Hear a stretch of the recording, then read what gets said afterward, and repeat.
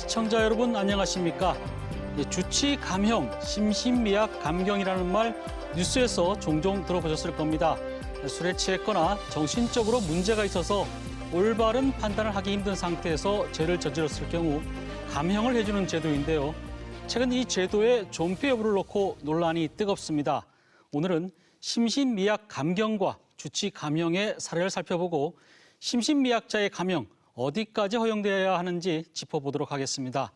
토론 함께할 분들 소개해드리겠습니다.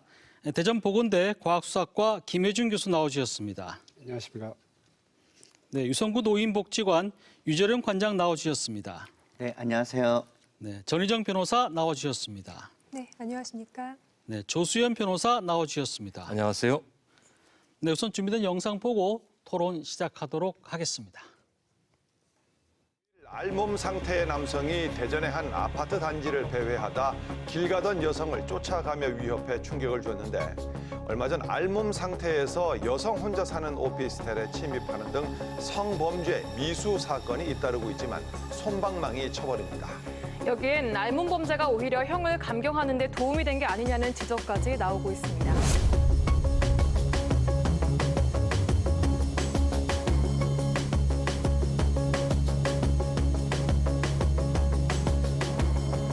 일로 타세요. 우리 문 열어 타세요. 타세요. 잠궈 다 드세요. 빨리 잠궈.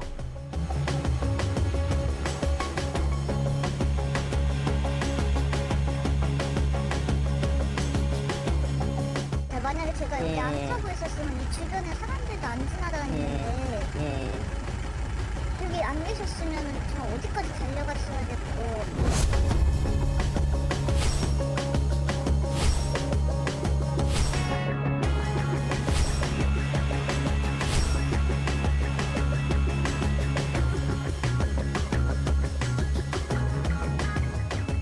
여성을 상대로 한 미수 범죄에 대한 처벌이 상당히 낮은 건 사실이고요. 실제로 사건이 발생하지 않았지만 명백한 의도를 보여줬던 여성을 상대로 한 성범죄 처벌을 좀 강화할 필요가 있다고 생각이 됩니다.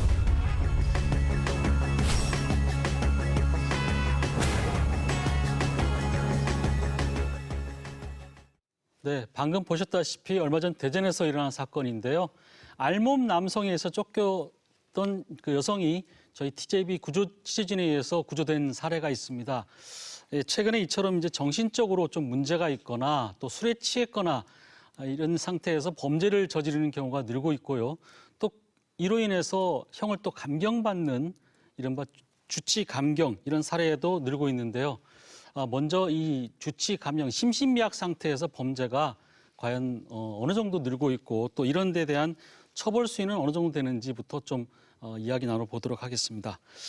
김혜준 교수님, 제가 알고 있기로 경찰서 형사과장도 지내셨고 그래서 많은 수사 경험도 있을 텐데 실제로 이렇게 심신미약 상태에서 범죄를 저지르는 경우가 많이 있습니까?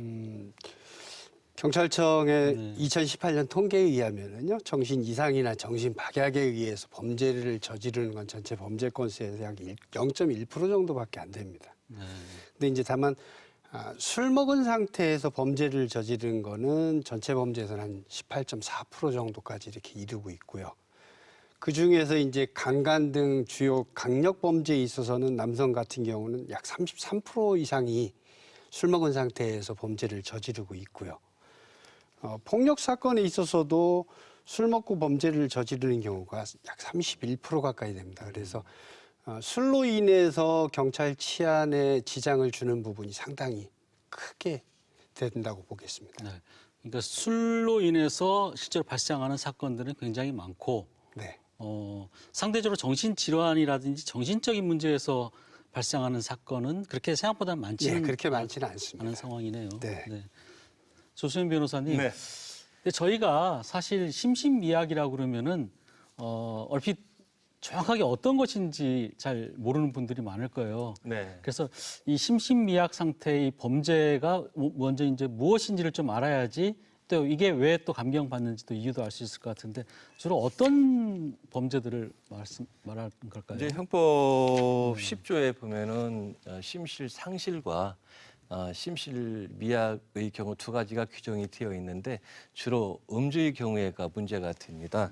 뭐 다른 약물도 있죠. 그래서 약물이나 음주에 취해서 사물을 변별하거나 인식할 수 있는 능력을 완전히 상실한 경우는 심신상실, 그리고 상실의 정도는 이르지 않았지만 정상적으로 판단하기 어려운 미약한 정도인 경우는 심신미약이라고 하는데요.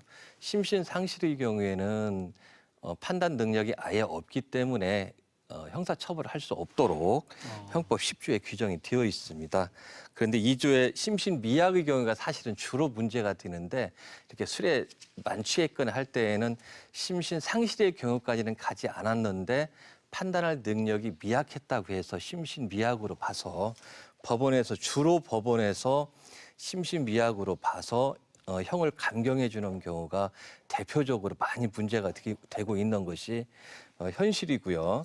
최근 한 3년 정도에 걸쳐서 그 전국 법원에 약 1,597건 정도가 당사자, 주로 피고인 측인데 피고인 측에서 1,597건의 심신미약 주장을 했는데 받아들여진 경우는 305건입니다.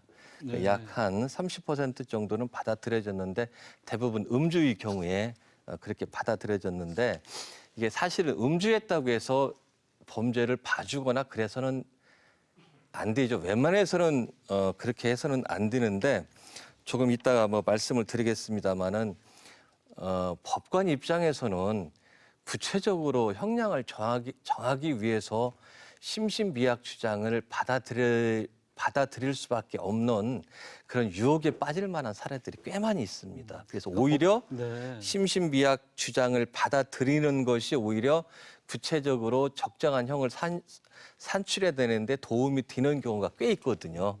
이제 그런 경우에 주로 법관이 심신미약 감경을 해서 구체적으로 형을 정하는 경우가 있습니다. 그러니까 심신미약에 네. 대한 감경도 일종의 케이스 바이 케이스인 사례가 좀 있겠군요. 그렇습니다. 판사의 판단에 따라서. 네네네. 네. 전 변호사님, 실제로 이 감경이 어느 정도 되는지도 좀 궁금하고요. 네. 정말 또 감경이 되는 경우도 있고 안 되는 경우도 있고 그런가요? 이게 예, 어떻게 됩니까? 이게 무조건 감경을 해야 되는 건지 아니면 할 수도 있는 건지 좀 예전에는 궁금하네요. 과거에는 이제 뭐 10년 전만 하더라도 우리 형법에서는 심신미약이 인정되는 이상 반드시 감경을 하여야 한다라는 규정을 쓰고 있었습니다. 그래서 심신미약을 인정하면 무조건 감형을 해 주어야만 하는 게 되는 것이죠. 그래서 이런 경우에는 형벌을 정할 때 이제 형에서 사형은 무기징역으로 내려가고 무기징역은 유기징역으로 내려가고 유기징역인 경우에는 절반으로 깎이기까지 했습니다. 아, 절반까지. 예, 이게. 그렇습니다. 감경은 약 절반으로 내려간다라고 생각하시면 돼요. 그래서 그 법조문에 형을 감경할 수 있다라고 하게 되면 판사가 선택지가 생기는 것인데요. 이전에는 형을 감경한다라고 써 있었기 때문에 판사가 무조건 감경을 해 주어야 했습니다. 그렇기 때문에 이제 비난 여론이 높았고 특히 그 2008년에 조두순 사건으로 인해서 이제 특히 성범죄에서 이런 음주에 의한 감형이 인정되어서는 안 된다라는 게 국민적인 공감대를 얻어서 이제 2010년에 성폭력 특례법이 개정이 되면서요. 약물로 인해서 약물이 뭐 음주도 다 포함하는 것인데요. 약물로 인한 심신상실, 심신장애 상태에서 성폭력 범죄를 범했을 때에는 심신미약 또는 심신상실을 적용하지 않을 수 있다라고 해서 법관에게 선택지를 주었고요.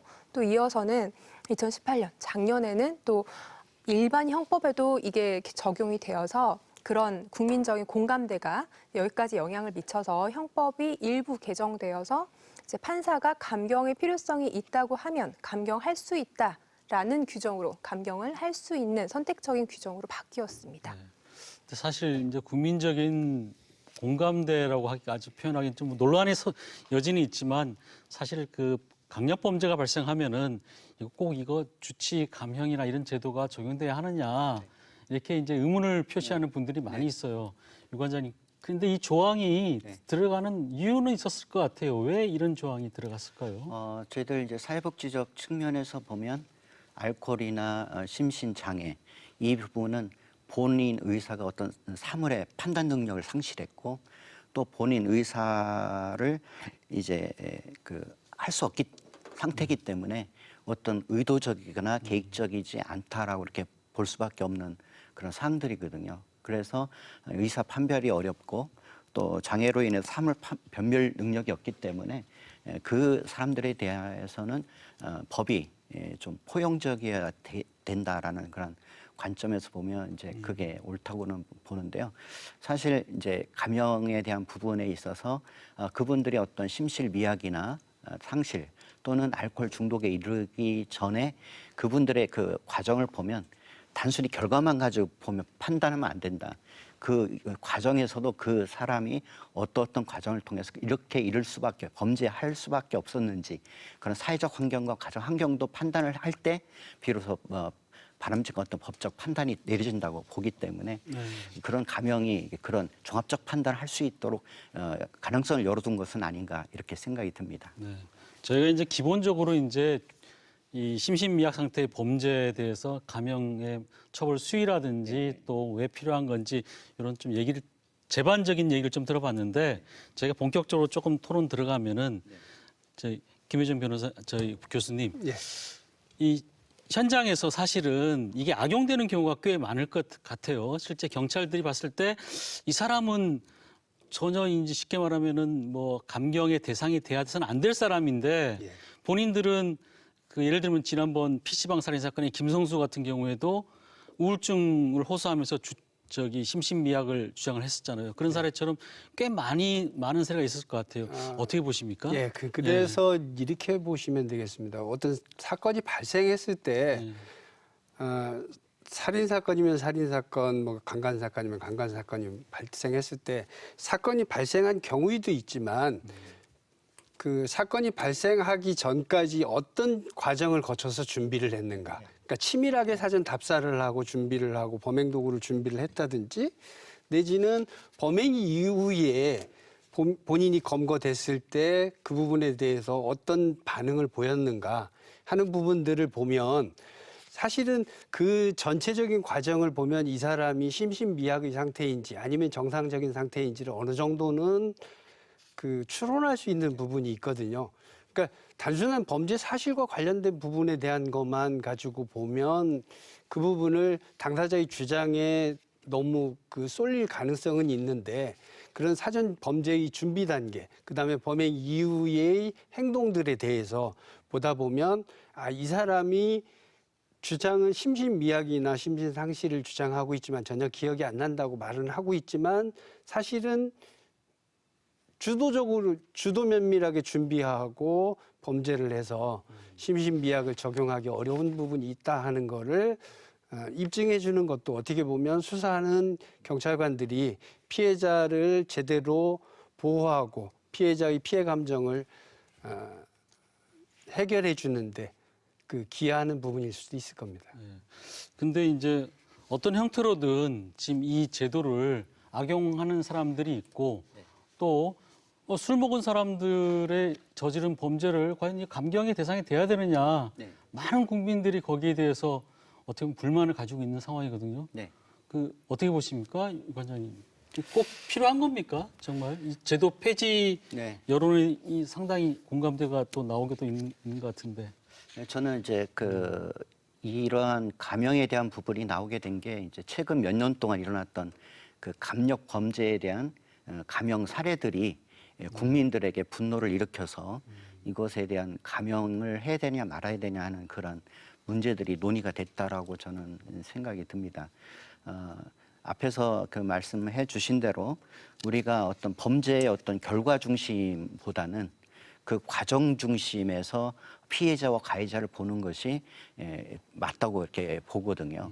그랬을 때 이게 의도성이나 또 계획적이거나 그래서 그거를 그럼에도 불구하고 어떤 심신미약을 상태를 든다고 하면 그 부분은 분명히 수사를 통해서 또 재판 과정을 통해서 분명히 그걸 가려져야 된다고 봅니다. 그래서 그걸 가려진 상태에서 우리가 이제 감형을 해야 될 거냐 말아야 될 거냐를 판별하는 것이 가장 중요하다고 보고 있거든요. 그렇기 때문에 우리가 이제 감형에 대한 어떤 그 부분에 가기 전에 그런 어떤 과정들을 좀 우리가 봐야 될 것 같고 또 또 수사나 또 이제 검사의 어떤 과정 이런 과정을 통해서 좀 더 정확히 판별해내는 것이 좀 중요하다고 보고요. 그 결과에 따라서 우리가 감형해야 될지 말아야 될지를 좀 결정하는 것이 바람직하다고 네. 좀 봅니다. 그게 이제 바람직하긴 하겠지만 저희들이 지금 이제 논란이 되는 게 제도상의 문제거든요. 기본적으로 음주나 또 이 조현병이라든지 이런 병으로 인해서 범죄를 저질렀을 경우에 과연 이 감경해 줄 필요가 있느냐, 이 제도를 폐지하는 게 낫지 않느냐 이렇게 얘기하는 분들에 대해서는 어떻게 보십니까, 조 변호사님? 그 이제 단순하게 뭐 제도 자체를 뭐 폐지해야 된다, 유지해야 된다 이렇게 따질 수는 없는 것 같고 케이스 바이 케이스로 따져봐야 될 것 같습니다. 그 예를 하나 들면 어떤 집에 단순히 절도를 하기 위해서 뭐 들어갔습니다. 뭐 큰 건 아니고 뭘 훔치러 들어갔는데 집주인에게 발각이 돼서 도망치는 과정에서 집주인을 밀어서 집주인이 다쳤습니다. 넘어져서. 그래서 예를 들어서 경미한 상처를 입었지만 그것도 상처는 상처니까 이렇게 되면 그 범인은 갑자기 단순 절도 사범에서 강도 상해범이 되었습니다. 강도 상해범은 법정형이 7년 이상이 있거든요. 근데 굉장히 경미한 사안이고 뭐 절취당한 물건도 없고 사후에 전부 다 집주인과 형사 합의까지 다 했는데 이런 사안을 가지고 실형 7년을 단기형이 7년 이상이기 때문에 법관 입장에서는 최하가 7년인데 7년을 선고하기엔 너무나 사안과 안 맞죠. 이런 경우에는 장량 감경을 한다 하더라도 3년 6월 이상입니다. 또 3년 6월도 너무 무거우니 이런 경우에 만약에 그 절도 사범이 만취해 있었으면은 만취해 있어서 심신미약 상태가 있었다 해서 법률상 감경인 심신미약 감경을 한 번 더 해서 3년 6월이 아니고 그 밑에인 1년 6월이나 2년 정도 형을 선고하도록 이렇게 선차해 주는 용도로 그 사안에 맞춰서 형을 선고하도록 주로 이용했던 것이 이제 그 취치 감경이기 때문에 이게 아주 잘못된 것이다라고 단정하기는 굉장히 어렵고요. 그러니까 예. 변호사님 얘기는 주치 감경이 불가피한 경우에 적용이 됐다는 그게, 그런 것 같은데 실무상으로는 오히려 90% 이상은 취치 감경이 오히려 긍정적 효과가 많죠. 이런 경우에는 주로 어떤 부분이 문제가 되냐면 누범이나 집행유예 기간 중에 있는 피고인들 경우에 주로 문제가 됩니다. 그래서 석방은 안 되는데 석방이 안 되는 전과가 있는 피고인인데 저지른 범죄는 이번 건은 굉장히 경미해요.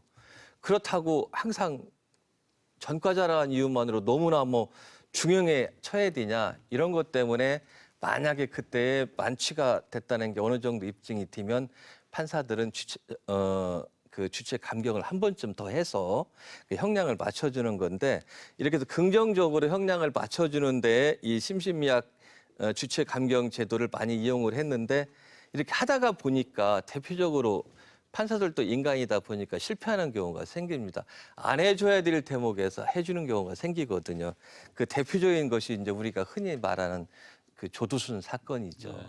그러니까 조두순 사건은 주치 감경을 해줘서는 안 되었죠. 왜냐하면 그 당시에 조두순이가 술은 마신 상태였습니다마는 그 꼬마한테 뭐 교회에 가자고 유혹도 했고 이런 걸 놓고 봤을 때는 도저히 심신미약으로 보기가 어려운 상태였는데 판사 입장에서는 무기징역을 먼저 선택해 놓고 나서 무기징역은 과하다라고 생각이 드니까 주체 감경을 한 번 더 한 겁니다. 해서 최종적으로 12년형을 선고를 했거든요. 그 12년형 선고를 했으면 당연히 검사는 이것은 주체 감경 그러니까 심신미약 감경이 잘못됐다라고 해서 항소를 했어야 되는데 검사는 12년형에 만족을 해서 항소를 안 해서 그냥 그대로 확정이 돼버렸습니다. 알겠습니다. 그러니까 긍정적 요인과 부정적 요인이 병존한다. 그러니까 그렇게 저는 생각을 조두순 합니다. 사건의 판례가 좀 잘못된 판결이다. 이제 그런 일인데 그럼에도 많은 시민들은 왜 술 먹은 사람들이 범죄 저지르는 거를 감경해줘야 되냐 이렇게 생각하는 분들 많고 전 변호사님은 어떻게 보십니까? 사실 이 심신미약이 음주만을 대표적으로 우리가 쉽게 접할 수 있기 때문에 생각하기 쉬운데요. 음주뿐이 아니라 요즘 뭐 온갖 뉴스에서 많이 보게 되는 뭐 우울증, 뭐 충동 조절 장애라든지 여러 가지 정신적인 질병들도 있습니다. 그 범죄를 행하는 그 시점에 그 만약에 그런 병력이 있는 자의 그런 병이 어느 정도 영향을 미쳤다면 그거를 감안하지 않을 수가 없게 되는 것이 이제 그 양형의 기준인 건데요.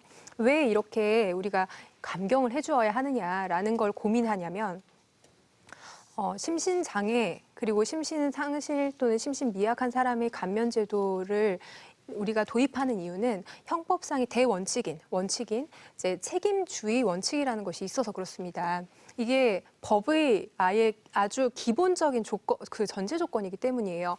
무슨 얘기냐면 자신의 행동이 어떤 행동인지 알고 행동한 사람은 그 행동의 책임을 질 수 있지만 그 행동이 어떤 의미인지도 모르는 사람은 책임을 지게 할 수가 없다는 것이 이 원칙인 겁니다. 그래서 우리가 지금 그 비슷한 논지로 형사 미성년자에 관한 논지도 마찬가지입니다.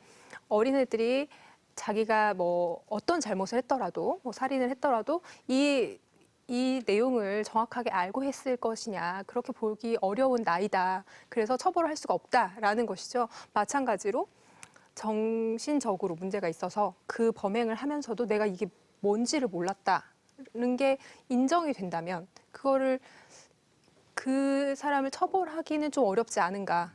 그 사람이 내가 무슨 행동을 했는지도 모르는데 처벌을 한다고 과연 그 처벌의 효과가 그러니까 재발 방지라든지 어떠한 그 효과가 있어야 되는데 그게 기대하기가 어렵다라는 고민이 거기에 깔려 있는 것입니다. 법조계에서는 보니까 이 주치 감경은 어떻게 보면 당연한 논리다 이렇게 생각을 하시는 것 같은데 어떻습니까? 실제 김 교수님. 보다는 예. 케이스 바이 케이스다. 예, 그렇죠. 그러니까 당연히 모든 사안마다 사안은 구별해서 그렇지만 판단을 해야 저희가 됩니다. 이제 이게 네. 논란이 되는 이유가 과연 네. 이 제도가 존재할 필요가 있느냐 이걸 얘기를 하는 거거든요. 어떻습니까? 글쎄요. 그 경찰 쪽이라고 그래서 무조건 예. 요즘 이제 범죄를 저지른 사람을 다 처벌하고 이러는 것보다 어떻게 보면 범죄에 이르기 전 단계에서 해결할 수 있으면 그게 제일 좋은 방법일 수도 있을 겁니다. 그래서 약물 중독 또는 뭐 그 술에 중독된 사람들도 사실은 본인들이 그거를 중독에서 벗어날 수 있는 노력을 스스로 할 수 없는 단계에 이르는 사람들도 있거든요. 그래서 그 부분들에 대한 거는 사회적으로 어떤 해결책을 강구해주고 이렇게 해야 되는 건데, 범죄를 저질 때 이제 술을 먹고 나서 술을 먹은 사람이 범죄를 저질렀다고 신고가 들어오면 일흥은 가서 현장에 가서 경찰관들도 술을 취한 사람이 잘못했다고 생각을 하는 게 우선적이겠죠. 그래서 지난번에도 아마 그 강남에서 나이트클럽 사건이나 이런 것들도 그런 기본 생각을 바탕에 두고 가서 대처를 하다 보니까 본인은 억울한데 내가 신고한 사람인데 나에 대한 얘기는 전혀 들어주지 않고 다른 그 업주라든지 이런 사람들 이야기를 들어가지고 자기를 몰아붙인다 하는 주장을 하는 경우들도 있거든요. 그래서 술 취한 사람들에 대한 부분에 대해서는 정말 술 자체가 우리 사회에서 여러 가지 문제를 야기하고 있긴 하지만 그래도 적정하게 사전적으로 조절을 한다든지 또는 조사 과정에서 술을 먹었다 하더라도 어느 정도는 그 부분에 대한 거를 사실관계를 따져서 조사해 주는 노력이 필요하다고 봅니다. 그동안 제가 알고 있기로 예. 혹시 조금 오해가 생길까 봐 미리 말씀을 드리면 이제 현장에서 재판을 하고 있는 저희들의 입장으로서는 점점 판단을 할 때, 재판부에서 판단을 할 때 이제 좀 나누어서 보고 있는 것 같습니다. 정신적으로 문제가 있는 사람이 뭔가 범행을 저질렀을 때는 그 심신미약 감경이 필요한지에 대해서 좀 진지하게 재판부에서 고민을 하는 것이 좀 요즘의 경향인 것 같고요. 몇 년 전부터 계속해서 음주로 인한 범죄들, 음주로 인한 폭력 범죄, 음주로 인한 살인, 음주로 인한 운전으로 인한 그런 범죄들의 경우에는 아예 주치 감경을 하지 않는 경향으로 가고 있습니다. 예전에는 2017년의 예만 들어봐도 약 한두 건 전체 우리나라 판단 중에서 주치로 인해서 심신미약의 상태에 이르렀다고 인정한 것이 몇 건 되지 않습니다. 손에 꼽을 정도거든요. 그래서 그 부분을 약간 나누어서 생각하는 게 좋을 것 같습니다. 네. 혹시라도 오해가 생길까 봐. 그만큼 이제 어떻게 보면 예. 국민 여론을 좀 문제가 따라가는 형성이 되는 건데 것이죠. 그동안에 이제 국회에서 여러 건의 이제 법안이 나왔었는데 막 폐지하자는 이런 여론도 법안 나왔던 걸로 알고 있습니다. 그런데 통과는 안 됐고 홍철호 의원이 낸 법안 중에는 오히려 더 형을 2배 이상 강화하자 음주에 의한 근데 이거 통과는 안 됐습니다. 근데 그만큼 어떻게 보면 국민들이 법감 이런 부분에 대해서 굉장히 감정이 있다는 부분이거든요. 과장님 보시기에 네. 실제로 외국 같은 경우에도 이 더 음주 같은 경우에는 더 강화하는 경우도 있지 않습니까? 어떻습니까?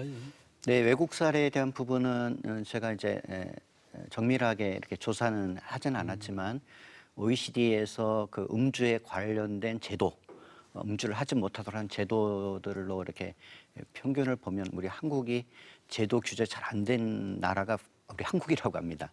그만큼 외국은 그런 이제 술에 대한 부분들이 제도적으로 막아 있어서 그런 술로 인한 어떤 범죄나 이런 것들이 되지 않도록 이런 어떤 법적인 제도가 돼 있는 반면에 한국은 오히려 더 이제 술을 조장하고 또 술을 먹게 하는 그런 술권한 사회가 되다 보니까 그런 문제들이 많이 일어나고 그 술로 인한 피해액이 사회적 피해가 굉장히 커졌습니다. 그러다 보니까 이런 커진 것들에 대해서 우리 한국 사회가 어떤 예방적이거나 또 치료적인 어떤 제도적 장치보다는 어떤 법으로 형량으로만 가려고 한다면 이건 분명히 문제가 있다. 제도적으로 예방을 해야 되고 또 그런 어떤 술로 인해 피해가 있은 뒤에도 치료가 가능하도록 하는 것이 더 중요하지 않을까. 그래서 어떤 처벌보다는 제도적인 그런 부분들에 대해서 좀 접근도 우리가 필요하지 않을까 이렇게 생각이 듭니다. 네. 최근에 부산에서 이런 판례가 있었어요. 그 이제 알몸 남성이 여성 혼자 사는 오피스텔에 침입을 했는데 그 상태에서 이제 걸려가지고 이제 체포가 됐는데 집행유예가 나왔어요. 강간 미수 사실은 의도가 짙은데 집행유예 나온 이유 중에 하나가 이 남성이 술에 취해서 알몸 상태에서 이제 침입을 했다. 그래서 이제 그 부분이 가만히 됐다고 하는데 이런 걸 보면은 국민들은 좀 답답해 하거든요. 어떻게 보십니까? 조 변호사님. 예. 우리나라가 원래 술 문화에 좀 관대한. 근데 오히려 이게 예. 이렇게 주치 감경 이게 그러니까요. 오히려 더 음주를 더 관대하게 묵인해주는 너무 그런 경향이 있는 거 아닌가요? 그러니까 술에 취해서 그 상해를 술에 취해서 전치 2주의 상해를 가했을 때의 벌금형과 교통사고로 과실로 전치 2주의 상해를 갔을 때 벌금형이 지금은 얼마나 바뀌었나 모르겠습니다만은 얼마 전까지 거의 동일했습니다. 그만큼 고의범과 과실범 크게 구별하지 않았고 특히 그 상해죄와 과실에 의한 상해 크게 구별하지 않았고 특히 상해죄 같은 경우는 또 대부분 그 사람들이 와서 변소하는 것이 제가 만취해서 정말 실수했습니다. 이런 식으로. 네. 그래서 술에 대해서 그 자신의 행동을 술로 전가를 하는 그런 모습을 많이 보였거든요. 아마 이 부산 사건 같은 경우도 분명 술에 만취해서 제가 실수했으면 정말 잘못했다고 하면서 피해자한테 싹싹 빌어서 아마 피해자와 합의를 했을 겁니다. 그래서 이제 어쨌든 미수니까 강간 미수니까 아마 집행유예 선고가 된 것 같은데 사실은 이제 전과주에서 같은 걸 떼어보면 굉장히 폭력이 많은데 떼어보면 전부 다 만취해서 상습적으로 폭행하고 주변에 그 동네에서 폭력을 행사한 분들 많거든요. 이런 분들에 대해서는 주체 감경이라든지 절대로 해줘서는 안 되고 오히려 술에 의해서 또 폭력을 행사하면은 정말 엄벌에 처해야 되는 그러한 관행을 성립할 필요가 있습니다. 프랑스나 영국 같은 경우에는 이런 식으로 음주나 마약에 의한 범죄를 저지르면 더 엄벌에 처한다는 명문 규정이 있는 것으로 알고 실제로? 있거든요. 예. 우리나라도 이렇게 상습적으로 음주나 이런 걸 통해서 주변에 폭력을 상습적으로 하는 사람들에 대해서는 더 엄벌에 처해야 되는 것은 맞는 것 같습니다.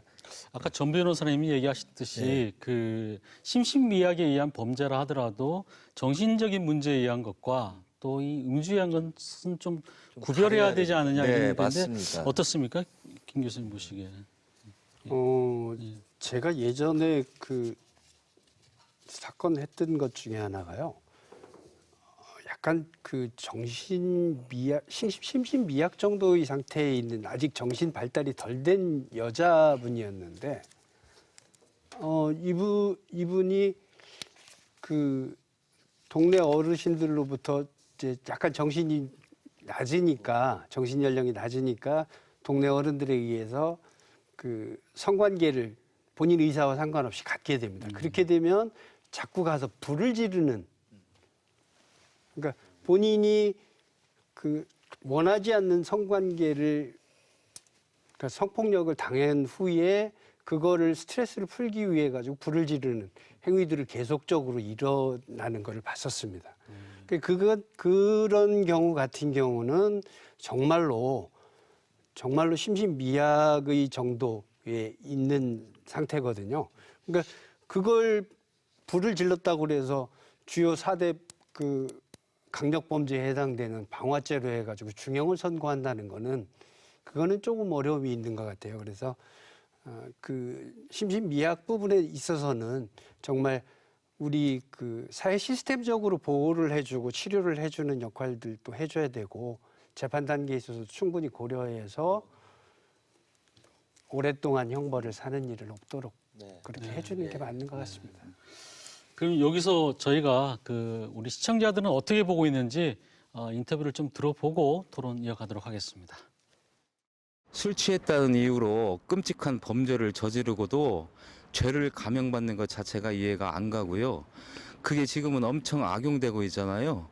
꼭 폐지가 되어야 된다고 생각합니다.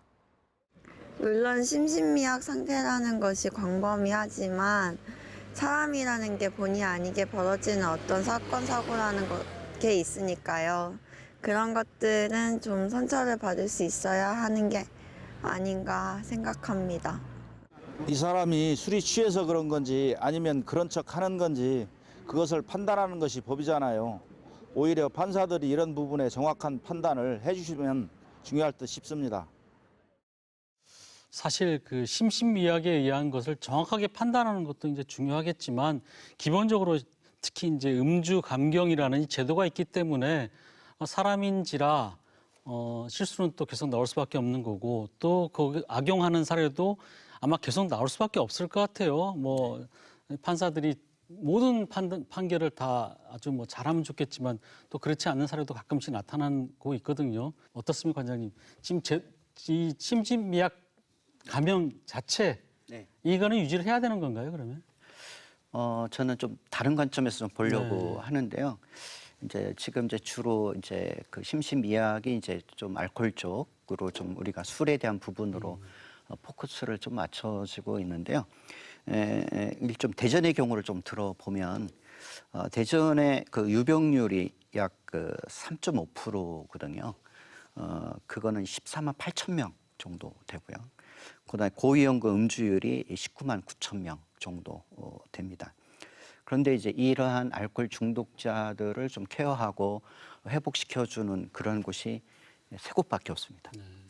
세 곳밖에 없고 또 그것도 상근 인력 3명밖에 없어서 이제 이러한 유병률과 어떤 음주율이 있는데 그분들을 좀 더 체계적으로 관리해서 범죄에 이르지 못하도록 해야 됨에도 불구하고 그런 인력들이 없어서 그들을 관리하지 못한 사회적 책임에 대한 부분도 한편 우리가 생각을 해야 된다는 생각이 들고요.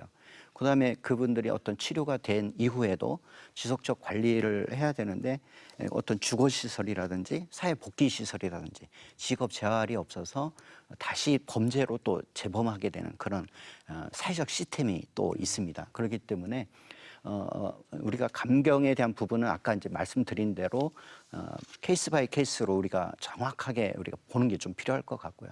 그러나 이런 이제 술에 대한 어떤 관대한 문화, 그럼에도 불구하고 그를 치료하고 예방하고 치료해주는 시스템은 아주 미흡한 그래서 이런 범죄가 계속 일어날 수밖에 없는 이런 사회적 구조적인 문제도 우리가 한 번쯤은 다뤄줘야 되지 않을까. 그래서 감경의 문제와 사회적 시스템도 같이 동시에 다뤄주는 것이 맞지 않을까 이렇게 생각이 듭니다.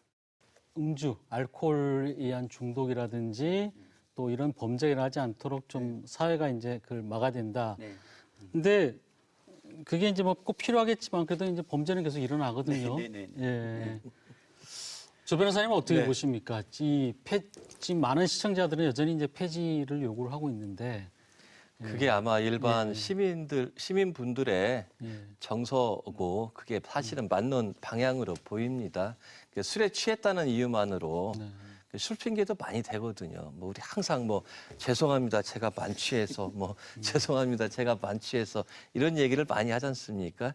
이제 술 핑계 대는 문화를 우리가 바꿔야 되죠. 그래서 술에 취했다는 이유로 범죄가 더 선처받는 일은 가능하면 없어야 되는데 아까도 말씀드렸다시피 정말로 이 행위와 형량과 맞지 않는 경우들이 간혹 나왔을 때 그때 법관들이 주로 고민을 하거든요. 주체 감경. 그래서 이 제도 자체를 아예 뭐 없앤다기보다는 법 적용을 법관의 재량에 맡기고 법원은 적용에 대한 엄격한 양형 기준을 만들어서 정말로 엄격한 기준 하에 적용을 하는 것이 옳은 방향이 아닌가 그렇게 생각을 합니다. 예. 뭐 주치 감형도 이제 나오지만 이제 정신적인 문제에 의해서 이제 감형을 받는 경우가 많은데 어떻게 보세요? 사실은 조현병 또는 정신적인 장애가 있는 사람들이 저지르는 강력범죄의 비율이 총 강력범죄의 비율에 비해서 높은 것은 아닙니다. 그리고 일반인이 저지르는 강력범죄와 그 정신적 질환이 있는 분들이 저지르는 강력범죄의 비율을 봐도 마찬가지로 일반인이 저지르는 것보다 사실 낮다고 할 수 있습니다. 그런데 사회를 떠들썩하게 할 때 그 피고인들이 정신적인 뭐 심실상실이나 장애나 뭐 미약한 상태가 아니었음에도 감경을 호소하면서 그런 핑계를 대는 것, 그것이 조금 문제가 있는 것 같습니다. 사실 작년에 굉장히 떠들썩했던 인천에서 여고생이 했던 범죄에서도 본인이 어떤 정신적인 질병이 있다는 것을 양형에 참작해달라는 심신미약 사유로 주장을 했어요. 재판부에서는 그걸 받아들이지 않았는데 그런 것을 보면 논란이 되는 사건들에서 상당 부분이 정신적인 문제가 있는 사람이 저질렀다고도 할 수 있지만 또 그 외에 많은 사건들이 행위를 한 사람이 책임을 면해보려고 줄여보려고 그런 장애 사유를 주장하는 경우가 꽤 있습니다. 그래서 그런 것들도 사실은 구분이 되어야 한다고 생각하고요. 실무상으로도 정신적인 문제가 있는 것과 음주로 인한 사건들을 상당히 나누어서 보고 있거든요. 최근에는 거의 음주로 인한 주치감형은 인정을 하지 않는 편에 있어요. 또 우리나라 법에서도 그게 가능할 수 있도록 만들어져 있습니다. 어떤 것이냐면 이제 10조라고 해서 저희가 지금 책임주의 얘기를 했잖아요. 심신상실은 10조 1항이고 심신미약한 사람을 이제 덜 처벌할 수 있다. 감경을 할 수 있다라고 하는 게 2항인데요. 3항에 이런 것이 있습니다. 자의로 그 심신미약 상실 상태를 야기한 자는 위의 조항을 적용하지 않는다. 이런 것들이 있습니다. 그러니까 음주는 점점 이 조항을 또 깊게 보는 것이죠. 음주는 본인이 선택해서 할 수 있는 것이잖아요. 정신적으로 문제가 생기는 것은 본인이 선택해서 할 수 있는 것이 아니니까. 그래서 음주로 인한 범죄는 이제 10조 3항을 더 적극적으로 적용을 해서 감형을 하지 않는다. 그러니까 소극적인 감형을 하지 않는 소극적인 양형 인자로 고려를 해야 되고요. 또 적극적으로 본다면 음주의 경우에는 오히려 가중처벌하는 규정을 두는 것도 저는 좋을 거라고 생각이 듭니다. 네, 그래서 정신적인 장애가 있는 사람들 사실 내가 뭘 했는지 제대로 모르는 사람이 지금 방금 말씀하셨다시피 이제 어떤 정신적 문제가 있어서 내가 당한 피해의 스트레스를 해소할 데가 없어서 불장난을 자꾸 하고 그게 방화가 된다면 그 사람을 이제 구속해서 범죄를 처벌을 받아야 된다라고 교도소에 데려다 놔봤자 사실은 해결이 되지 않잖아요. 그래서 그 논의에서 한 단계 나아가면 치료 네. 감호를 병원에서 예. 치료 감호를 하는 것도 고려가 예. 많이 돼야 한다고 생각합니다. 근데 저희가 보면은 범죄를 저지르면은 일단은 나는 우울증을 앓고 있다고 얘기를 해요. 대부분 네. 범죄자들이 요번에 저 홍정욱 의원 그 뭐 따님 네. 같은 경우도 그렇습니다. 우울증 앓고 있다고 뭐 이게 거의 코스더라고요 보니까. 실제로 우울증 앓고 있으면 감경이 됩니까? 실제로. 글쎄요. 우울증이라고 하는 거는 어떻게 보면 범죄로 나아가는데 범죄에 적극적인 기여 요인은 사실은 적극 요인은 안 되잖아요. 아닌 것 어떻게 같아요. 보면 오히려 소극 요인이고. 예, 소극 요인으로 작용할 수는 있는 부분이기 때문에 오히려 그런 것보다는 뭐 충동 조절 장애라든지 또는 뭐 요즘 한참 이야기하는 사이코패스라든지 이런 부분들이 그러니까 성격적인 결함들을 가지고 그거를 마치 본인이 그 정신장애가 있는 것처럼 그렇게 이야기하는 경우들이 이제 종종 있는데요. 그래서 판례 태도도 그 충동 조절 장애라든가 이런 부분들이 아주 심신상실이 정도에까지 이르지 않는 경우에는 정신병을 가진 사람과 동등하게 평가할 수 있을 정도까지 되지 않는 사람에 대해서는 심신미약을 적용하지 않고 있습니다. 그래서 마찬가지로 그 사이코패스에 대해서도 심신장애를 인정하지 않고 있고요. 네. 그러니까 사이코패스라든지 이런 경우는 심신장. 근데 사이코패스도 이 정신적인 문제인 건 맞죠. 그렇죠. 네. 그런데 그럼에도 불구하고 그 부분을 이제 인정하지 않는다는 이제 그렇죠. 그 얘기인 거고. 예. 지금 아까 이제 관장님께서 치료 감호소 얘기를 하셨어요. 네, 근데 네, 실제로 네. 지금 국내 치료 감호소가 한 곳밖에 없다는 얘기 들었는데 맞습니까? 네, 맞습니다. 지금 국립 법무병원 그 공주에 있는 예. 그 치료 감호소가 이제 유일하고요. 지금 현재는 너무 가밀해가지고 지금 문제도 있다라고 이렇게 생각을 합니다. 이런 것들을 보면 이제 범죄를 재발을 막기 위해서는 이런 치료 감호소가 더 많아서 그분들이 치료 받으면서 재범할 수 있는 가능성을 좀 줄여주는 것이 필요함에도 불구하고 그런 것들이 한 곳밖에 없어서 그런 것들을 재범을 막지 못하는 그런 경우가 좀 많이 있다고 좀 볼 수 있고요. 또 치료 감호소에서 나왔다 하더라도 그 이후에 지속적인 관리를 해줘야 되는 어떤 시스템 돼 있지 않습니다. 그래서 뭐 사회 복귀 시설이라든지 또 뭐 중독 재활 시설이라든지 이런 것들이 돼 있지 않아서 이 재범할 수 있는 가능성은 더 크다고 이렇게 볼 수가 있습니다. 그래서 오히려 이 재범을 막으려고 한다고 하면 그런 어떤 치료 감호소라든지 재활이라든지 직업재활 이런 것 시스템들이 좀 갖춰져야 되지 않을까 이렇게 생각합니다. 실제로 저기 사건 보면은 이 심신미약으로 이제 이렇게 해당되는 이런 범죄자들이 또 재범하는 경우도 많이 있나요? 어떻습니까? 너무 많죠. 너무 많습니다. 그러면 한번 예를 들어서 감경을 받았다 하더라도 그 다음에 또 감경을 받나요? 그건 좀 어렵죠. 한번 예. 받으면. 그러니까 대표적인 것이 이제 필로폰 사범들 같은 네. 경우는 이제 필로폰 사범들의 특징들이 전과들이 상습 그 전과들이 많죠. 그래서 오히려 이제 상습이 되면 한 번쯤은 공주 치료 감호소 같은 데 가서 치료를 받기도 합니다만 그 현실적으로 치료가 뭐 마약의 해악성이라든지 이런 걸 비디오 틀어주고 보게 하고 뭐 그런 서적 같은 거 몇 권 보게 하고 뭐 그런 관련 글 같은 걸 좀 쓰게 하는 정도지 다른 특별한 치료 방법이 있는 건 아니거든요. 근데 어쨌건 전부 다 거기를 가는 걸 선호합니다. 왜냐하면 그 기간 동안은 또 형기에서 빼주니까 어떻게 쓰는지 가려고 하는데 그 나오면 그 재범을 안 해야 되는데 재범률이 유감스럽게도 굉장히 높습니다. 그래서 다음에 또 적발이 돼서 구속이 되면 또 가고 싶어 하는데 이제 두 번째는 안 보내주죠. 그럼 저희가 시청자 입장에서는 이런 생각을 가질 수 있을 것 같아요. 아니 심신미약으로 그런 이 감경 제도가 있어가지고 그 혜택을 받았는데 이 재범률이 높다면은 굳이 감경할 필요가 있느냐? 이 제도의 허점을 또 얘기하는 분들도 있을 것 같아요. 어떻게 보십니까? 사실은 재범률이 높다는 것과 감경을 해줘서 재범률이 높아진다 이건 아니거든요. 본인의 습성을 버리지를 못하는 것이에요.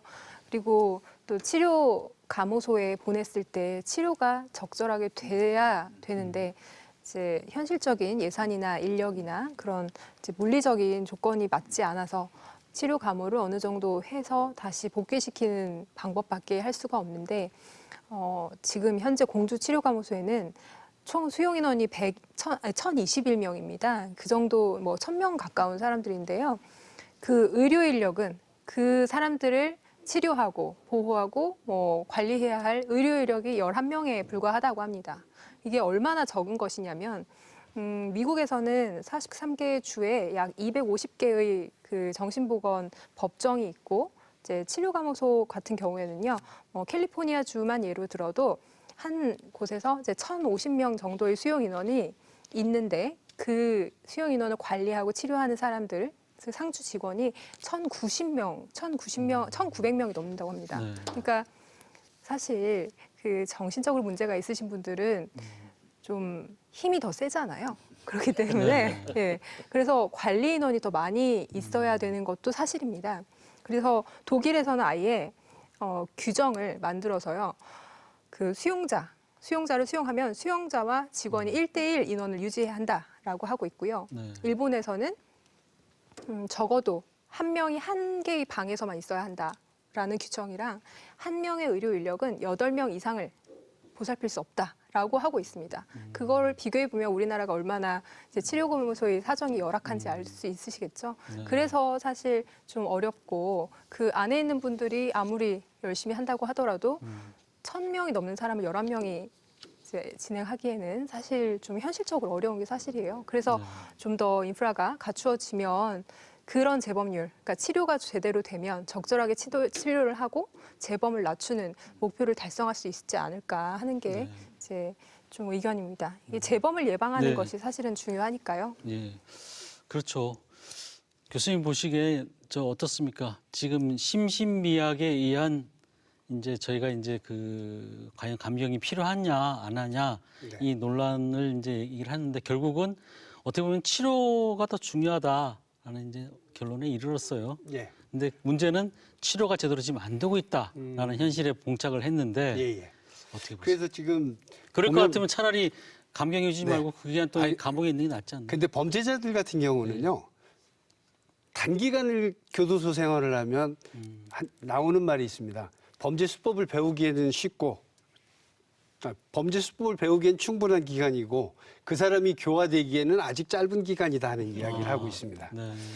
근데 그런 면에서 지금 이제 우리나라도 마찬가지고 세계적인 그 형벌에 대한 게 단순하게 우리가 알고 있는 형벌뿐만 아니라 보안 처분도 이제는 적극적으로 도입해서 범죄자들을 꼭 교도소에 넣어가지고 수용하고 하는 것보다 벌을 주는 것보다 그것과 아울러서 사회생활을 하는 과정에서의 뭐 보호관찰이라든지 여러 가지 수강명령, 그다음에 치료명령이나 성중독 약물 치료 또는 뭐 전자발찌 착용 등등의 여러 가지 보안 처분을 통해서 사회에 나와서 생활하면서도 적절하게 관리가 돼가면서 또 본인의 치료라든가 이런 게 같이 조화롭게 이루어져야 된다 하는 방향으로 그 형벌 제도라든지 이런 부분이 변화되어 나아가야 될 것 같습니다. 네.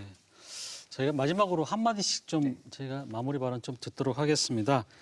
어쨌든 지금 뭐 각종 이런 심신미약자에 의한 범죄 때문에 사회 불안이 큰 건 사실입니다. 그래서 앞으로 어떻게 좀 대처해 나가야 할지 저희가 짧게 시간 관계에서 한 말씩 좀 듣겠습니다.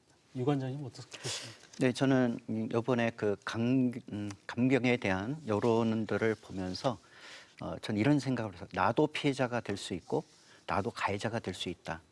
그거는 우리 사회가 이미 여러 가지 여건들은 누구나 가해자가 될 수 있고 피해자가 될 수 있는 이런 상황이기 때문에 우리 사회가 이런 일들이 일어나지 않도록 우리가 어떻게 사회적 제도를 만들어 갈 것인가.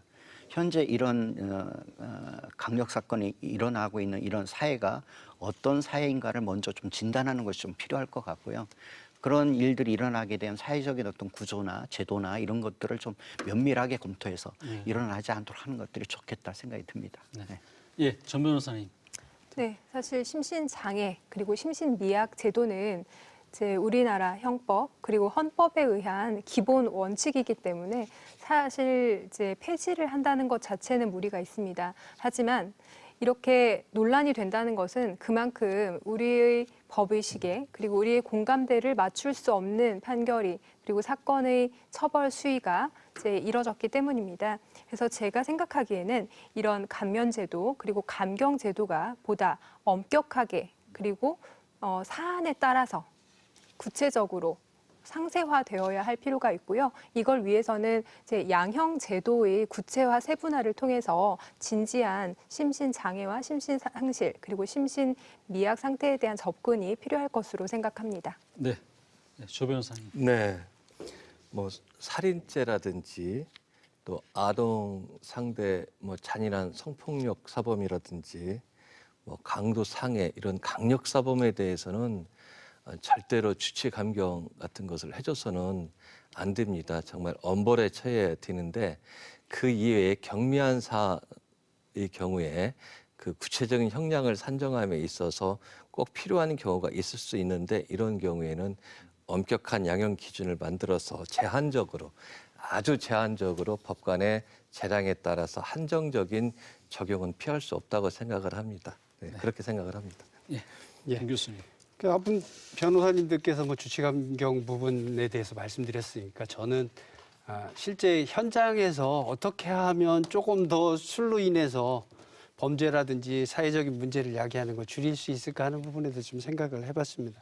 요즘 이제 주 52시간 제도가 도입되면서 저녁이 있는 삶을 찾다 보니까 사람들도 이제 뭐 회식을 하더라도 한 가지 술로 1차에 한해서 9시 이전에 끝내자 이렇게 진행해 가면서 아마 술에 대해서는 점차적으로 이제 소비라든지 여러 가지 면이 줄어들 것 같습니다. 그래서 술 문화에 대한 변화가 필요할 것 같고요. 그리고 요즘 뭐 또 이제 소주라든지 이런 데 보면 연예인 사진들 나오고 그러잖아요.